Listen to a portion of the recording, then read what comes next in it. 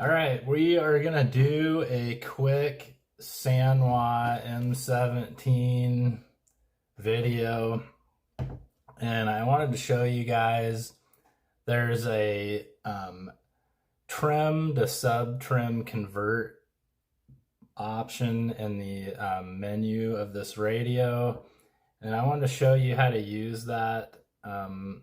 Why would you want that? Well, for me, because the trims are up here, it's easy to unintentionally hit those. Maybe if you grab your radio funny or accidentally brush them when you're racing, etc. So I like to have my trims at 0 and control all of the servo centering through the sub trim.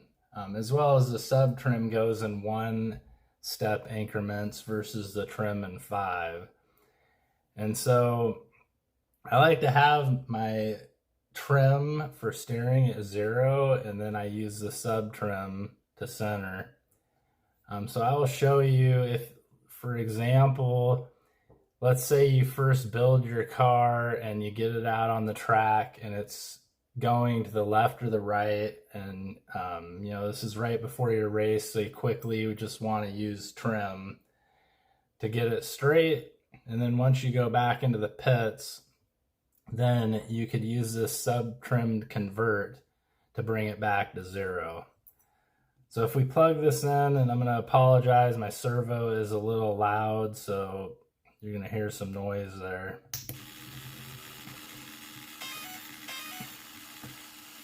Okay, so we got this right now. This is set up and it's centered correctly, and I've got my endpoints set to where they just hit the stops.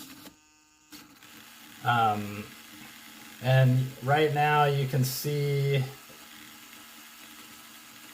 the radio here. So I have my sub trim at 36, and then I have 83 and 88 for my left and right EPA.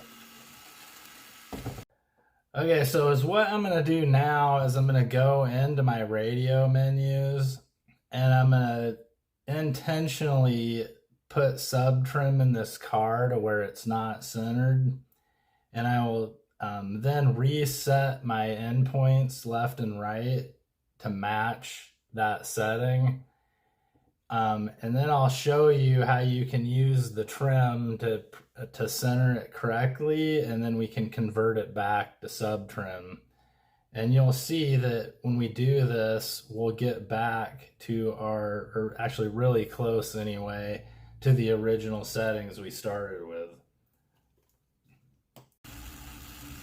All right, so as you can see now, I've intentionally moved my sub trim a further right 40 steps, and you can see here that this thing is quite a bit off center now.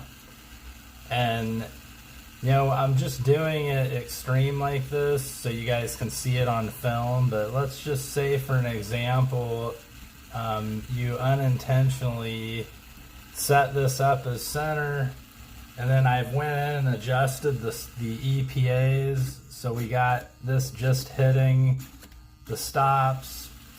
And so you can see my settings here now. We are at right 76, so we went from 36 to 76, and then the EPAs are 95 and 77 left and right respectively. So I've adjusted all 3 of those like we were setting this up at the wrong center point.